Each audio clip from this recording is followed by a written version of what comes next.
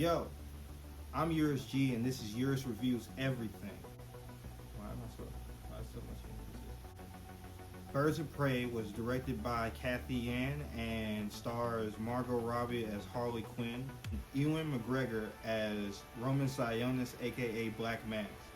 Harley and Joker broke up, and now she's out here on her own trying to find herself, and very quickly falls into a situation where she has to defend herself against Ewan McGregor's character Roman Sionis, because him and basically every other man in this entire movie is trying to kill her. Throughout the story, she ends up falling into a situation where she needs to band together with these other highly skilled badass women in order to survive. I wanted to watch this movie because I watched Suicide Squad, and Harley Quinn was my favorite part of Suicide Squad. Also, Deadshot. I like Will Smith as Deadshot. I'm pretty sure that's never going to happen again, but I enjoyed the majority of that movie. Harley Quinn gets her own movie and is rated R. It's supposed to be, as I was led to believe, a female Deadpool.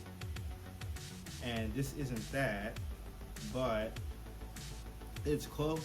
My pros for the movie is that it's very Scott Pilgrim-esque with its visuals, not Scott Pilgrim level, but they were aiming for that. Every person gets like a fight card, an introduction with a graphic next to their face, like a slowed down, like a video game. And I was always interested in what they would say about each individual person. That was awesome. I liked that a lot. The fight scenes were way better than I thought they would be. After the movie was over, I went and Googled who was the fight coordinator. It's the same guy who directs the fights for John Wick 1, 2, and 3. And that translates beautifully. The police station fight that you see in the trailer, top notch. I enjoyed that a lot. Another thing that I enjoyed, another pro, was Harley Quinn and Cassandra Cain, the young girl in this movie. She's basically a thief. There's a situation where her and Harley Quinn are forced together and they have to talk, and she basically activates Harley's like maternal instincts, and I'm not gonna say Harley would make a terrible mother, but she'd be cool as shit. She'd be a cool ass mother.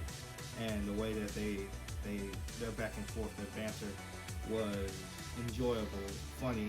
I really liked their scenes together. Also, this is a very empowering movie for women. I'm sitting here watching this with my wife, and she's not really a big comic book action movie kind of girl, but she really she verbally explained to me how it was very empowering to her. But you kind of get caught up in a situation where when you're trying to empower women, it normally means you're putting down men, and I didn't feel that way. I didn't feel like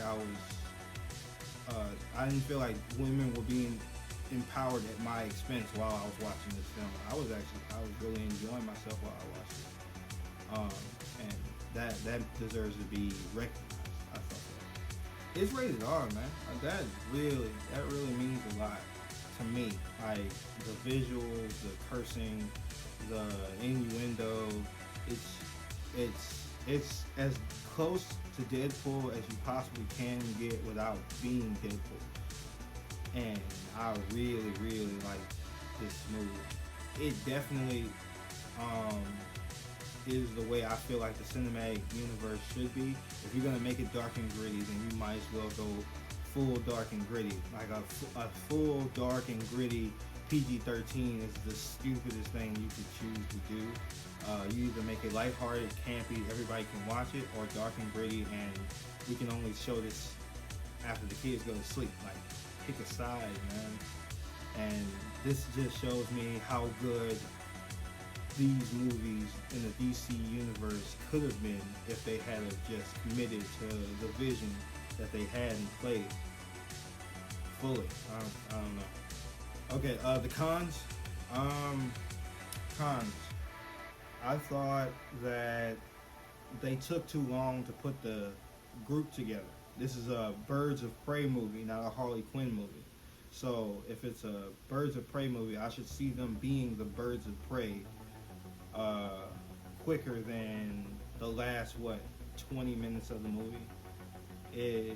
I felt like they spent more time fighting each other than they did being a group. So, and then when they came together, they were really fucking cool. Like I really enjoyed watching them work together and work off each other. They had like instant chemistry, and it's like, wow, man, this took so long to put together, but it was great. I just had an issue with Roman Sionis being the main villain of this movie, because when you really just boil down the character of Black Mask and Joker, they're essentially the same. They're crazy bosses. There's nothing that Black Mask did that Joker wouldn't have done. And since they're broken up, and every single iteration I've seen Harley Quinn by herself, she's like literally fighting the Joker. I didn't understand why they didn't just make this the Joker. I didn't particularly enjoy Jared Leto's version of Joker. Like, that wasn't my favorite iteration of it, but it wasn't bad. And if you're going to continue one thing, you should continue the other thing. And last time you seen them, he was breaking her out of jail, and then you never see Jared Leto's Joker again. So that didn't make sense. Then you bring in a character who's the exact same as Joker, except he goes by a different name. I highly recommend this movie. I'm gonna give it a 4 out of 5. Buy this on iTunes because physicals suck. While you at it, you might as well like, comment, and subscribe, you know? Hit me up on Instagram, Twitter, Snapchat in the description below. I got links for you. Check out my last video on Code 8, the movie. And look out for my next one. Let me know down below what you think I should review next. You know, I'm ready. Y'all be easy.